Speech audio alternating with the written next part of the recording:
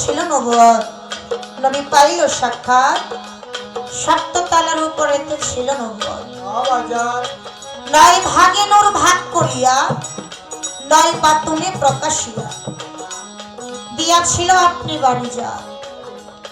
চন্দ্র সূর্য গ্রহ তারা সকলেই করে ইশারা, পাই যেন দিনের মোহাম্মদ।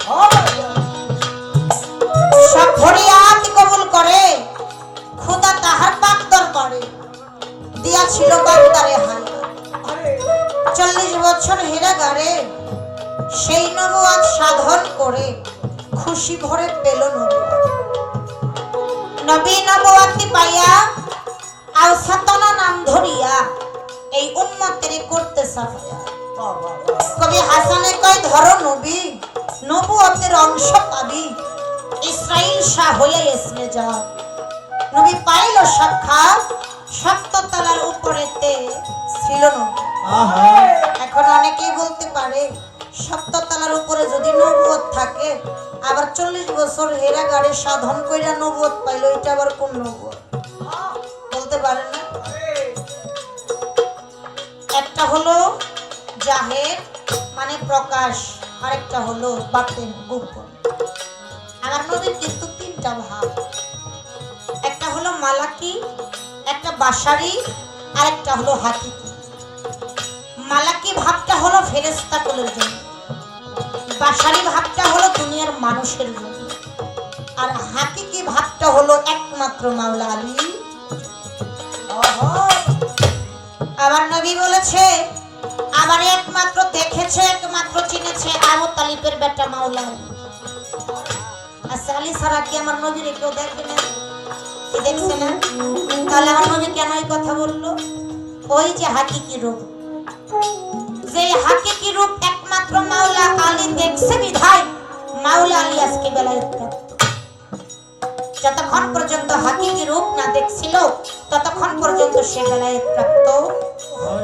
এই জন্য আমার নবী কইছে যে আলী রে দেখছে সে আমারে দেখার বাকি রাখে না, আর আমার আল্লাহ কইছে যে আমার দুস্তরে দেখছে সে আমি আল্লাহ আমারে। আমরা প্রত্যেকেই প্রায় জানি আমার নবী জন্ম নিয়েছে 12ই রবিউল আউয়াল। কি বাবা? সোমবার সুবহ সাদিকের সময়। দিন কইছে আল্লাহ তুমি আমার বেলায় দিও, আর রাত কইছে আল্লাহ আমি রাত্রি আমার বেলায় দিও। এই জন্য দুইজনের কথাই রাখছে। সুবহ সাদিকের সময় জন্ম নিয়েছে সোমবার, আসলে এটা হলো আমার দয়াল নবীর প্রকাশ জন্ম।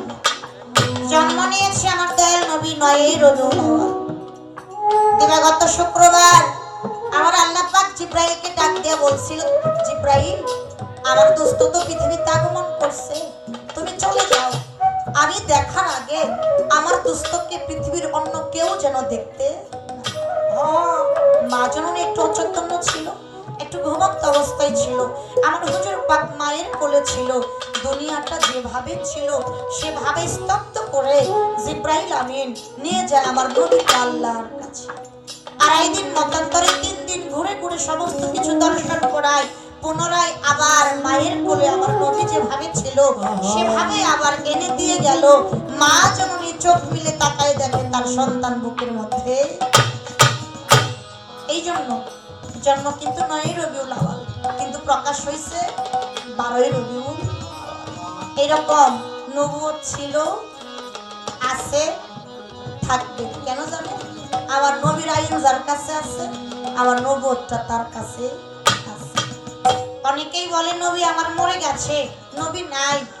আমার দাদা উস্তাদের একটা গান আছে, উনি একটা গানের মধ্যে বলছে হায়াতুল মুরসালিন নবী প্রমাণ তয়ব কালেমায়, নবী আমার মরে গেছে বলছে তোমায় কোন? নবী যদি মারা যাইতো আখেরে ফানা সেই দিন হয়তো কেউ থাকতো না। যেমন আমরা রাস্তাঘাটে চলাচল করি, ঢাকার শহরে যাই, টাঙ্গাইল সদরে যাই, গাড়িতে চড়িত হারণ করি, তাই না? আচ্ছা, গাড়ির ড্রাইভার কি একজন থাকে না? একটা বাসের মধ্যে অনেক প্যাসেঞ্জার থাকে না? একটা মাইক্রোর মধ্যে অনেক প্যাসেঞ্জার থাকে না? একটা অটোর মধ্যে থাকে না? ড্রাইভার তো একজন থাকে। তো ড্রাইভার যদি 1 সেকেন্ডের জন্য চোখটা বন্ধ করে দেয় তাহলে কি হবে? অ্যাক্সিডেন্ট হয়ে যাবে। আমি গত 9 তারিখে গানে গেলাম, দেখি আমাদের আমাদের হাঁটু ভাঙার পরে ভোটগড়ের আগে এমন একটা ট্রাক হয়তো কুয়াশার জন্য সমস্যা হয়েছিল, ড্রাইভার হয়তো ঘুমিয়ে পড়েছিল, একেবারে এমন ভাবে অ্যাক্সিডেন্ট করে গেছে ট্রাকটা 3 খণ্ড হয়ে গেছে, ড্রাইভার সাথে সাথে মারা গেছে। তাহলে দুনিয়ার ড্রাইভার যদি 1 সেকেন্ডের জন্য চোখ বন্ধ করে তাহলে গাড়ি অ্যাক্সিডেন্ট হয়ে যাবে। আর না আমার নবী তো হইল সারা দুনিয়া। আমার নবী যদি মরে যায় দুনিয়া থাকবো বাবা? দুনিয়া থাকবে? নবী ছিল, নবী আছে, নবী থাকবে। এই জন্য আমার দাদা উস্তাদের গানে ওই কথাটা, হায়াতুল মুরসালিন নবী প্রমাণ তৈব কালেমায়, নবী আমার মরে গেছে বলছে তোমার। বর্তমানে বেলায়েতের যুগ, কিন্তু আমার নবুয়ত আছে। যার কাছে আমার নবীর আইন আছে তার কাছে আমার নবুয়ত আছে। নবুয়ত, নবুয়তের মধ্যে একটা বিষয় আছে, একটা হলো সিলমোহর নবুয়ত। যেই মোহর নবুয়তটা একটা কবুতরের ডিমের ন্যায়, কাচের ন্যায়, এ পাশ ও পাশ কিছু লেখা ছিল। এ পাশে ছিল আলিফ লাম মিম, ও পাশে ছিল লা ইলাহা ইল্লাল্লাহু মুহাম্মাদুর রাসূলুল্লাহ। সকলে একবার বলি সাল্লাল্লাহু আলাইহি ওয়াসাল্লাম। এই আলিফ লাম মিম, আলিফ লাম মিমের কর্ম, লা ইলাহার কর্ম কি? বেলায়েত জগতে বেলায়েত মানুষের কর্ম বাবা। যতক্ষণ পর্যন্ত এই কর্ম না করে ততক্ষণ পর্যন্ত বেলায়েত প্রাপ্ত হতে পারে। আবার গানের মধ্যে আসছে, নয় ভাগে নূর ভাগ করিয়া নয় বাতনে প্রকাশিয়া দিয়েছিল আপনি বারে জাত, চন্দ্র সূর্য গ্রহ তারা সকলেই করে ইশারা, পাই যেন দিনে আল্লাহর নূরে নবী পয়দা, নবীর নূরে সারা মাখলুকাত পয়দা। তাহলে আবু জাহলের বিষয়টা কি? এই রকমই আমার নবীর নূরকে ভাগ করে এক এক ভাবে এক একটা জিনিস সৃষ্টি করেছে, এক একটা ভাগ থেকে এক একটা জিনিস তৈরি করেছে। এটা হলো আমার আল্লাহর একটা কুদরতি। এই জায়গায় অপবিত্র পবিত্র বলতে কোনো কিছু নাই, সবই আমার নবীর নূর যেহেতু, তাহলে সবই পবিত্র। সংক্ষিপ্ত আকারে যেটুকু না বললেই নয়, আমি ততটুকু বলার চেষ্টা করলাম। আমি বাহিরে কোনো কথা বলবো না, আমি আলামিন ভাইয়ের থেকে একটা কথা বলবো। আসতে একটা কথা বলছে, অজু করছিল, অজুর পানি গড়াইয়া যায়। 27 বছর পরে আয়সা থেকে পানি গড়াইতেছে। এই বাড়িতে অজু করলে 1 মিনিট চলবে না, পানি চলে যাবে। আমার নবী অজু করছে, অজু করার আগে জিব্রাইল গেছিল তার মেরাজের দাওয়াত দিতে। ঘুমন্ত না, জাগ্রত না, তন্দ্র অবস্থায়, যেভাবে হোক জাগাইছে, যেমনি হোক, আমার ওই ঘটনা বলার দরকার নাই। আমার হুজুর কইতেছে, জিব্রাইল আমি মেরাজে যাব, কিন্তু আমার অজু করার দরকার আছে, অজুর পানি আইনা দাও। পানির জন্য গেছে, পানি নিয়ে আসছে। আয়সা দেখে আমার নবীর অজু শেষ, অজু করছে, পানি গড়াইয়া গড়াইয়া যায়। এখন আমার এই জায়গা থেকে জানার বিষয়, বোঝার বিষয়, আমার নবী যে জিব্রাইলরে পানি আনার জন্য কইলো, পানিও নিয়ে আসলো, কিন্তু আয়সা দেখে আমার নবীর অজু হয়ে গেছে। জিব্রাইল নিয়ে এসেছিল এটা কোন পানি, আর আমার নবী যে অজু করছিল এটা কোন পানি? জিব্রাইল আনছে এটা কোন পানি? এই পানির কর্ম সাধন ভজন কি? আর আমার নবী যে পানি দিয়ে ওযু করছে এইটা কোন পানি? এই পানির কর্ম সাধন বিষয়বস্তুটা এটা ওনার কথা থেকে আর পালার থেকে আসতে। মাওলা আলী একদিন আমার হুজুরকে ডাক দিয়া বলতেছে, হুজুর আপনার সাথে আমার কিছু কথাবার্তা আছে। নবী কয় ঠিক আছে, সন্ধ্যার সময় আমার বাড়ি যাইও। সন্ধ্যার সময় বাড়ি গেছে। আমার নবী আয়েশা সিদ্দিকার ডাক দিয়া কইতাছে, আয়েশা আজকে রাত তুমি অন্য ঘরে শয়ন করো, আমি আলীর সাথে একটু কথাবার্তা আছে, একটু ঘুমাবো। আয়েশা সিদ্দিকা কয়, হুজুর তো একটা রাত আমারে দূরে রাখে না, আজকে যে আমারে দূরে রাখে আলীর সাথে ঘুমাইবো, এর মধ্যে কিছু কাহিনী আছে। রাত হয়ে গেছে, ঘরের দরজাটা বন্ধ। আয়েশা সিদ্দিকা কয়, আমি যদি চোখ দিয়ে দেখতে নাও পারি, বেড়ার সাথে কর্ণ লাগাই একটু শুনতে তো পারুন বিষয়। বেড়ার সাথে কর্ণ লাগাইছে, বিকট একটা শব্দ হইছে। শব্দ হওয়ার সঙ্গে সঙ্গে অজ্ঞান হয়ে পড়ে গেছে।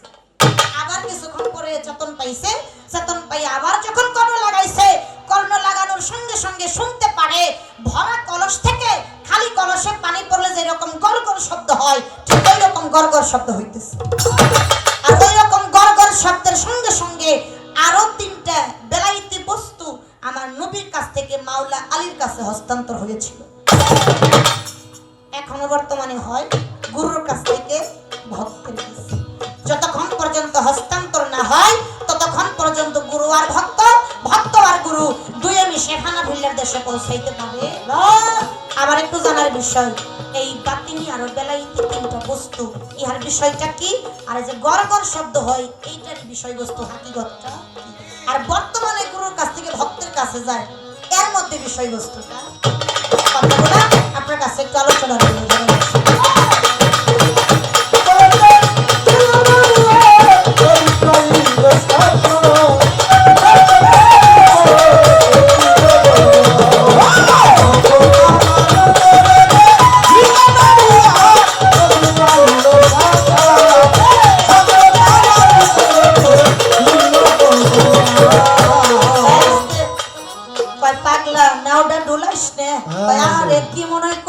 মনে করে দিল কথা শুধু আসতে আছে। পরশুদিনও গান ছিল আলামিন ভাইয়ের সাথে, এই মানিকগঞ্জ জয়মণ্ডপ গান করলাম। মানে এর সাথে গান করলে কেমনে জানে গান এত ভালো আর শুধু কথা আসে। বেদবি নিয়ে না, আবার কিছু কিছু শিল্পীর সাথে গান বললে রাত আর যায় না, খুব কষ্ট করে গান আসতে। উনি বেলায় গেতেছে না, আমরা যারা গান করি বাউল শিল্পী আমরা খুব বিপদে আছি। কেমনে জানেন?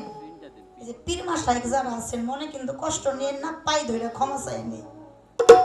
কিছু কিছু জায়গায় তো গান করতে যাই, কয় মা জননী মনে কষ্ট নিয়ে না, আমাকে দরবারটা নিরামিষের দরবার, আমাকে বাড়িতে মাছ মাংস চলে না, আমরা নিরামিষ পালন করি। আজকে রাতটা চলে, সকাল হইলে আমরা মাংস দিয়ে খিচুড়ি এনে দেব, রাতটুকু আর কি। আরে মারা ফকুরহাটি দরবার শরীফ, ওই দরবার হলো নিরামিষের দরবার। ওই ঘর থেকে যতগুলা ঘর আসছে নিরামিষ। বরিয়াবর পাক দরবার শরীফ, ওই দরবারে গরু মহিষের কোনো ভেদাভেদ যে যেমন নিতাস, ওনারাও কিন্তু বেলায়েতের পীর মুর্শিদ। আর মারা ফকুরহাটি দরবার শরীফ, ওনারাও কিন্তু বেলায়েতের পীর মুর্শিদ। আলামিন ভাই হাসা একটা কথা কইবেন, এই যে খাবারের যে নিরামিষ আমিষ, এইটাই কি আসলে নিরামিষ আমিষ না আপনার বেলায়েতের মধ্যে কিছু নিরামিষ আমিষ? কই মাংস খাওয়া যাইব না, খাইলে দেহের পক্ষে তেমন একটা, নিরামিষ খাইলে ভালো। আসলে কি এই খাবারের মধ্যে কিছু বিষয় আছে, জীবন বাঁচে, এই নৌকাটা বাঁচে, এই দেহটা বাঁচে না, বেলায়েত জগতের মধ্যে কিছু হাকিকতের বিষয় আদি আছে। আমি একটু জানতে চাই মূল নিরামিষ আমিষের বিষয়টা। আসল ঘরের কোনো খবর না, তাই না? এরকম একটা বিষয় আপনার কাছে একটু আলোচনা রইল, আপনি একটু কয়ে যাবেন। আমরা আলামিন ভাই বেলায়েত থেকে মূল্যবান কথা আলোচনা আজকে আমাদের মধ্যে বলতেছে। আসলে বাজেন কি বলবো, বর্তমান যে পরিস্থিতি হয়ে গেছে, গান শুনতে কিন্তু সবাই আসে না। এই বাউল গানটাকে বেশিরভাগ মানুষের দেখতেই আসে, একটু ডক নমুনা দেখে আসি আসলে বিষয়টা। আমার দাদা উস্তাদ কইছে, শিল্পীরে একটা কথা মনে রাখিস, বাউল গানের মঞ্চে হাজারো হাজারো শ্রোতা থাকে, কিন্তু হাজারো শ্রোতার ভিতরে যদি একজন প্রেমিক না থাকে, ওই জায়গাটার কোনো মূল্য নেই। আর এমনও মঞ্চে 20 থেকে 30 জন, 30 থেকে 40 জন, এই শ্রোতাদের ভিতরে যদি একজন অথবা দুজন প্রেমিক থাকে, ওই 2 জনের মুখের দিকে তাকাইলেই মনে হবে যেন হাজারো প্রেমিক বসে। আর আমি নিজেকে ধন্য মনে করি এই জন্য যে আমি টাঙ্গাইলের মানুষ, আমি টাঙ্গাইল জেলার মেয়ে, টাঙ্গাইলের মানুষ। কেন জানেন? আমরা বাউল শিল্পীরা দেশের বিভিন্ন জায়গায় গান করতে যাই, আমাদের টাঙ্গাইল মানিকগঞ্জের কিন্তু একটা সুনাম আছে বাবা। আমরা যখন উত্তরবঙ্গে গান করতে যাই, ওনারা একটা কথা বলে, আপা আপনার বাড়ি তো টাঙ্গাইল। আমরা দেখেছি টাঙ্গাইলের মানুষরা গান শোনে না, গান তারা খায়। তারা আল্লাহ রাসূলের প্রতি এত ভক্তি বিশ্বাস, মুর্শিদের প্রতি এত ভক্তি বিশ্বাস, মাতা পিতার প্রতি এত ভক্তি বিশ্বাস, তারা মাটির মানুষ, তাদের সাথে তুলনা হয় না। যখন এই কথাটা বলে আমার ভালো লাগে, আমি টাঙ্গাইলের মানুষ। কি বলবো বাবা, আমরা যে কথাগুলো বলতেছি না, এটা যারা আল্লাহ রাসূলকে ভালোবাসে তাদের অন্তরে লাগে, যারা পীর মুর্শিদকে ভালোবাসে তাদের, যে সন্তান মাতা পিতাকে ভালোবাসে তার অন্তরে লাগবে। আর যারা আল্লাহ রাসূলকে ভালোবাসে না, পীর মুর্শিদকে ভালোবাসে না, মাতা পিতাকে ভালোবাসে না, তাদের কাছে এই সমস্ত কথা ভালো লাগবে। এই যে আমার ইব্রাহিম বাজান বসে আছে, আমি অনেকবার গান করেছি। উনি আমার বাবা আমাকে মেয়ে বানিয়েছে। আমার জমির চাঁদের দরবারে আমি অনেক গান করেছি।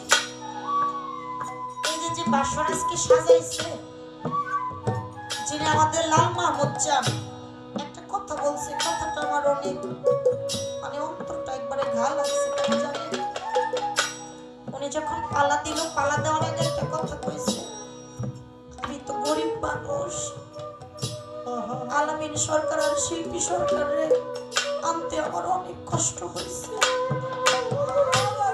কিন্তু আমার আশা ছিল আমি এদের মুখে দুইটা গান শুনে আমার প্রাণটা জুড়াবো।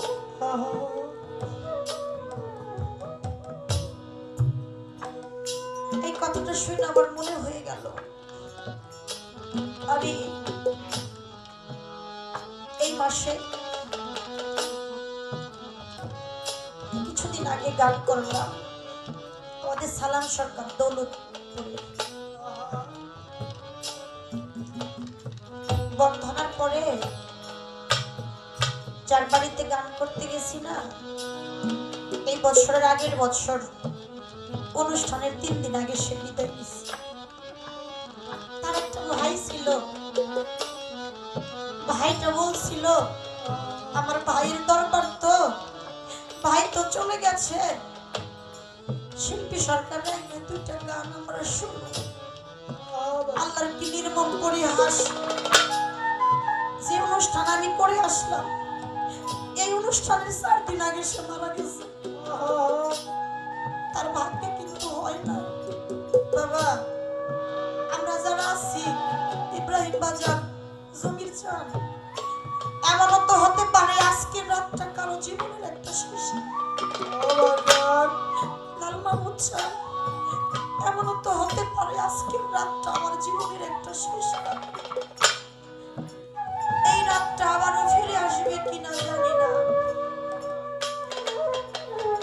অনেক মানুষের কোটি কোটি টাকা আছে, লাখ লাখ টাকা আছে, টাকা থাকলে ইচ্ছা করলে এরকম একটা সাধুর সঙ্গের আয়োজন করতে পারবে।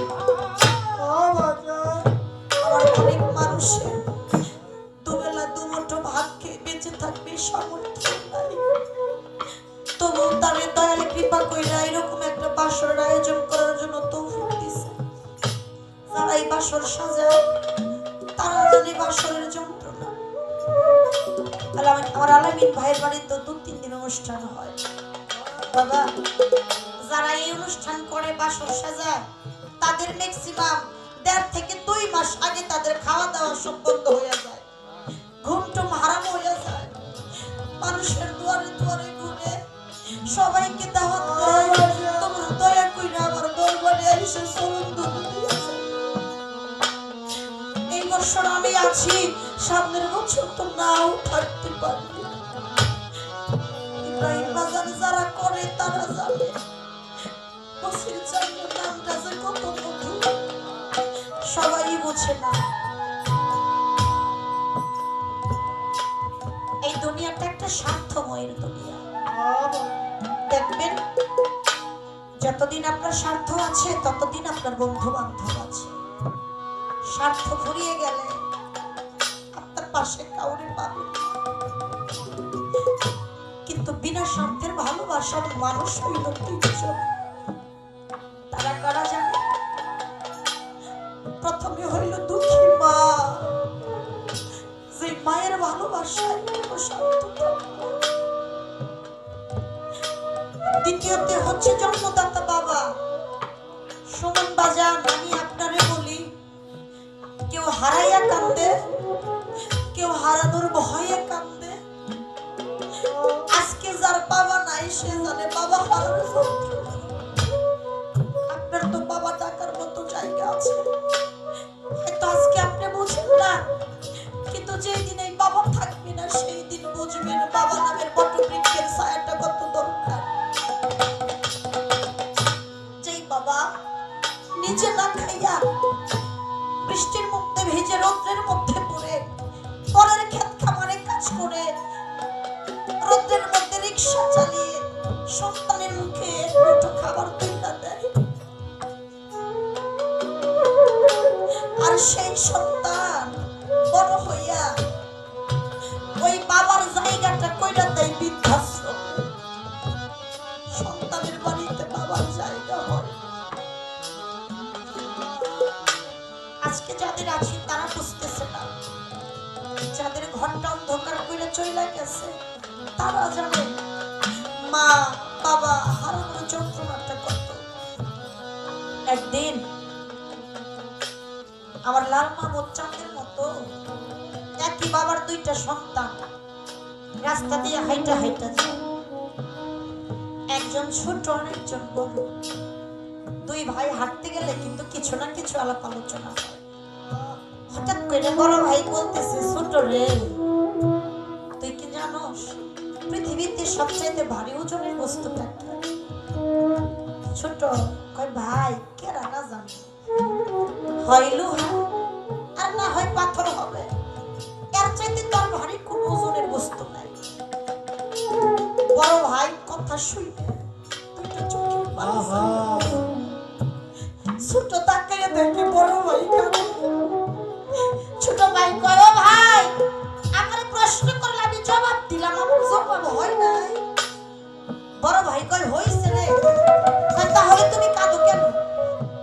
বড় ভাই ছোট ভাইটারে বুকের সাথে জড়াইয়া ধইরা কয়, ছোট রে তোর কি মনে আছে না যেই দিন বাবা মোহর চাঁদ ছিল তোর বিদায় নিয়ে চলে গেল,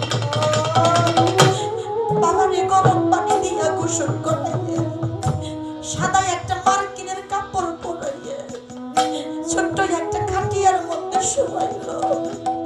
গ্রামের এক চাচা ডাক দিয়া কইল, লাল মাহমুদ রে তুমি না বাবার বড় সন্তান, আগে বাবার খাটিয়াটা তুমি তোমার কাটিল।